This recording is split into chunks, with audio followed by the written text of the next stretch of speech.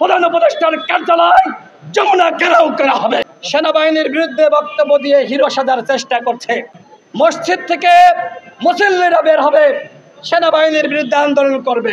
এত বড় বড় কথা বলেন ভারতের বিরুদ্ধে, আবার রাতের অন্ধকারে ভারতের সাথে মিটিং করার চেষ্টা করেন। এই সরকার তার নিরপেক্ষতা পুরোপুরি হারিয়েছে। নরেন্দ্র মোদীর সাথে বৈঠক করবে, নরেন্দ্র মোদী ডাকে নাই। প্রধান উপদেষ্টার অফিস নরেন্দ্র মোদীর সাথে বৈঠক করার জন্য প্রস্তাব দিয়েছে। একদিকে সরকারেও থাকবেন, বিরোধী দলেও থাকবেন, ওই আখেরটাও খাবেন, গাছেরটাও খাবেন, মাথারটাও খাবেন। তাহলে আগামীতে কিন্তু অবাধ সুষ্ঠু নিরপেক্ষ নির্বাচন অনুষ্ঠিত হবে না। গণ অভ্যুত্থানে যারা ভূমিকা রেখেছে সকল পক্ষের মতামত নিয়ে, প্রতিনিধি নিয়ে একটি নতুন তত্ত্বাবধায়ক সরকার গঠন করতে হবে। কারণ কি? কারণ এই সরকার তার নিরপেক্ষতা পুরোপুরি হারিয়েছে, পুরোপুরি। এখন যদি আমরা একটি নিরপেক্ষ সরকার না পাই, তাহলে আগামীতে কিন্তু অবাধ সুষ্ঠু নিরপেক্ষ নির্বাচন অনুষ্ঠিত হবে না। আমাদের ফারুক হাসান বলেছে যে এনসিপির 2 জন প্রতিনিধি রয়েছে, বিএনপি জামাত গণ অধিকার পরিষদের প্রতিনিধি এখানে কেন থাকবে না? আরো 2 জন থাকুক, আমাদের আপত্তি নাই, কিন্তু অন্য প্রতিনিধিদের নিয়ে তত্ত্বাবধায়ক সরকার ব্যবস্থা গঠন করতে হবে। আমরা মনে করি সরকারের নিরপেক্ষতা দরকার। এনসিপির বন্ধুরা দল গঠন করেছে, আমাদের কোনো আপত্তি নাই, আমরা শুভকামনা জানিয়েছি। কিন্তু একদিকে সরকারেও থাকবেন, বিরোধী দলেও থাকবেন, ওই আখেরটাও খাবেন, গাছেরটাও খাবেন, মাথারটাও খাবেন। সেটা কি হয়? যে কোনো একটা খাইতে হবে, যে কোনো একটা। আমাদের ডাকসুর সাবেক ভিপি নুরুল হক নূর জেল খেটেছেন। আমাদের প্রধান উপদেষ্টা এখন নরেন্দ্র মোদীর সাথে বৈঠক করবে, নরেন্দ্র মোদী ডাকে নাই। প্রধান উপদেষ্টার অফিস নরেন্দ্র মোদীর সাথে বৈঠক করার জন্য প্রস্তাব দিয়েছে। এত বড় বড় কথা বলেন ভারতের বিরুদ্ধে, আবার রাতের অন্ধকারে ভারতের সাথে মিটিং করার চেষ্টা করেন। এইটাই কি আপনাদের ভারতের বিরুদ্ধে সংগ্রাম? নাসিরউদ্দিন পাটোয়ারি তিনি জামাতের বিরুদ্ধে বক্তব্য দিয়েছেন, বিএনপির বিরুদ্ধে দিয়েছেন, এর আগে অন্যান্য দলের বিরুদ্ধে দিয়েছেন। এই যে আমাদের বন্ধুরা তারা জাতীয় ঐক্য সংহতি প্রতিষ্ঠা করতে চায়, সব দলের বিরুদ্ধে যদি এইভাবে আমরা বক্তব্য বিবৃতি দিই, তাহলে কি জাতীয় ঐক্য সংহতি প্রতিষ্ঠা করা সম্ভবপর হবে? এই ছাত্রদের উপরে এদেশের জনগণের আস্থা এবং বিশ্বাস ছিল যে তারা এই জাতিকে সুসংগঠিত করার জন্য কাজ করবে, কিন্তু কিচ্ছু হয় নাই। উল্টো ওয়াসার কেলেঙ্কারি, সিটি কর্পোরেশনের কাউন্সিলর বা প্রশাসক নিয়োগ নিয়ে কেলেঙ্কারি, নানান কেলেঙ্কারি যখন সামনে আসছে, তখন সেনাবাহিনীর বিরুদ্ধে বক্তব্য দিয়ে হিরো সাজার চেষ্টা করছে। আপনারা দেখেন নাই কখন অভ্যুত্থান সফল হয়েছে? যখন সেনাবাহিনীর বন্দুকের নল যখন জনগণের দিক থেকে ফিরিয়ে, তখন এদেশে গণ অভ্যুত্থান সফল হয়েছে। সেনাবাহিনীর যারা জুনিয়র অফিসার তারা এদেশের জনগণের পাশে এসে দাঁড়িয়েছিল। সুতরাং 2-3 জন অফিসারের জন্য আজকে পুরো সেনাবাহিনীর বিরুদ্ধে যে ধরনের বিষেধাজ্ঞা করা হচ্ছে, আমরা গণ অধিকার পরিষদের পক্ষ থেকে সেইটা সমর্থন করি না। মসজিদ থেকে মুসল্লিরা বের হবে, সেনাবাহিনীর বিরুদ্ধে আন্দোলন করবে। এই ধরনের আন্দোলন করা যাবে না। সেনাবাহিনীকে যারা উস্কাচ্ছে তাদের বিষয়ে আমাদের সতর্ক থাকতে হবে। সেনাবাহিনী আমার এদেশের জনগণের ভ্যাট এবং ট্যাক্সের টাকায় বেতন দেওয়া হয়। সুতরাং সেনাবাহিনীকে উস্কানি দিয়ে জনগণের বিরুদ্ধে দাঁড় করানোর কোনো রকম চেষ্টা করবেন না।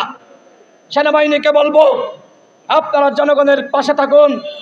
আপনারা 1-11 দেখেছেন, এদেশের ক্ষমতা নিয়ে কখনোই আপনাদের সুখকর ইতিহাস নাই। সুতরাং জনগণের পাশে থাকুন। প্রধান উপদেষ্টার কার্যালয় যমুনা ঘেরাও করা হবে, কথা স্পষ্ট। আমরা তাকে বসিয়েছি রাষ্ট্র সংস্কার করার জন্য, তাকে অবশ্যই অবরুদ্ধ করা হবে। প্রধান উপদেষ্টাকে প্রয়োজনে অবরুদ্ধ করা হবে। আলী ইমাম মজুমদার রয়েছে, ওই যে ফারুকি রয়েছে, তাদেরকে নিয়ে কোনোভাবেই রাষ্ট্র সংস্কার হবে না। সুতরাং আমাদের বক্তব্য স্পষ্ট, অবশ্যই এই উপদেষ্টা পরিষদের পুনর্গঠন করতে হবে।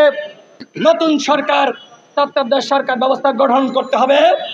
আর তিনি কি বললেন? তিনি বললেন আগামী নির্বাচনে আওয়ামী লীগ অংশ নিবে কি নিবে না সেটি তাদের দলীয় সিদ্ধান্ত। এর আগে হাসান আল মামুন বলেছেন যে তিনি ফ্রান্সে ছিলেন, ছাত্র জনতা তাকে ডেকে এনে ক্ষমতায় বসিয়েছে, কারণ আমরা ওই সময় মনে করেছিলাম যে তিনি একমাত্র ব্যক্তি আন্তর্জাতিকভাবে এবং বাংলাদেশের জনগণের কাছে গ্রহণযোগ্য। এই কারণে আমরা তাকে ওই চেয়ারে বসিয়েছি। কিন্তু কথায় আছে না, যে যায় লঙ্কায় সেই হয় রাবণ। আমাদের স্পষ্ট কথা, আপনি প্রধান উপদেষ্টা হন আর আপনি যে উপদেষ্টা হন না কেন, এনজিও ব্যক্তিত্ব এবং বৃদ্ধ আমলাদের যে সরকার গঠিত হয়েছে সেই সরকার গণ অধিকার পরিষদকে পদে পদে মাইনাস করেছে। শুধু গণ অধিকার পরিষদ না, যারা আমরা বিপ্লবে ভূমিকা রেখেছি, যুগবাদ আন্দোলন করেছি, প্রত্যেকটা দলকে কিভাবে বিতর্কিত করা যায় সেই চেষ্টায় এই সরকার রয়েছে। দেশকে সুসংগঠিত করতে, জাতিকে পুনর্গঠন করার জন্য একমাত্র পথ হলো জাতীয় সরকার ব্যবস্থা, জাতীয় ঐক্যের সরকার। আমাদের কথা রাখা হয়নি, তারা একটি একপাক্ষিক সরকার গঠন করেছে আমাদের ছাত্র বন্ধুরা। তো চালাও এখন। আমরা বলেছিলাম চালাইতে পারবা না, তোমাদের অভিজ্ঞতা নাই, দক্ষতা নাই। আজকে প্রমাণিত হচ্ছে তোমরা চালাইতে পারতেছ না। সরকারের সাথে তোমাদের দ্বন্দ্ব, সেনাবাহিনীর সাথে তোমাদের দ্বন্দ্ব। আজকে জনগণের করুণা গ্রহণ করার জন্য আজকে তোমরা সেগুলো সামনে আনতেছ। এতদিন কইছিলাম কেন? তোমরা যখন ডাকলো সেদিন কেন এসে প্রেস ব্রিফিং করলো না? ওই সেনাবাহিনী তো আমাদের ডাকে না, তোমাদের কেন ডাকে? ভাগ বাটোয়ারাই মেলে নাই, এই কারণে এখন সব ফাঁস করে হিরো সাজার চেষ্টা করতেছ। এতদিন কেন ফাঁস করো নাই? ক্যান্টনমেন্টে তো আমরা যাইনি, তোমরা গিয়েছ, কেন গিয়েছিলাম? তোমাদের এই জবাবদিহিতা করতে হবে। এই প্রশ্ন কি কেউ করছে যে ক্যান্টনমেন্টে তোমাকে ডাকলো আর তুমি কেন ছুটে গেলা? আর সব জায়গায় কেন হাসনাত এবং সার্জিস? আচ্ছা, হাসনাত এবং সার্জিস সেখানে গেল, তার দলের অন্যান্য নেতাকর্মীদের সাথে কেন আলোচনা করে নাই? কেন, কি কারণ? আমরা সেটি জানতে চাই বন্ধুগণ। সব জায়গায় আসিফ নজরুলের নাম আছে, আপনারা খোঁজ নিয়ে দেখেন। এই জামিনের জন্য কাজ করেছে উপদেষ্টা আদিলুর রহমান শুভ্র, সব জায়গায় আসিফ নজরুল না। এই যে জামিনের জন্য কাজ করেছে উপদেষ্টা আদিলুর রহমান শুভ্র সাহেব, তারা বলছেন যে তারা নাকি ক্লিন ইমেজের ব্যক্তিত্ব। এই যে এখন আসছে না যে সাবেরকে সভাপতি করে আর তমককে সেক্রেটারি করে দল গঠন করা হবে, তাহলে কি এই আদিলুর রহমান শুভ্র এবং রেজওয়ানা যারা জামিনের জন্য কাজ করলো তাদের কি এই পুনর্বাসনের ভূমিকা নাই? ভূমিকা আছে।